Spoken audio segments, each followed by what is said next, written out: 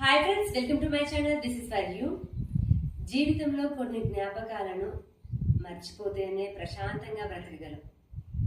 కొన్ని గాయాలను మర్చిపోకుండా ఉంటేనే జీవితంలో ఎదగగలం.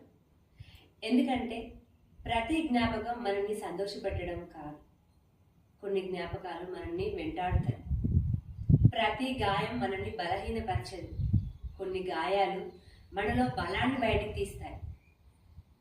బాగుండడం అంటే జీవితంలో బాధ లేకుండా ఉండడం కాదు, బాధలు వచ్చినప్పుడు కుంగిపోకుండా నిలబడడం.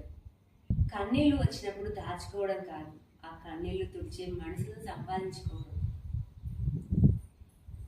బాధకు తీర్పు చెప్పే వారికన్నా పంచుకునే బంధాలు ఉండాలి.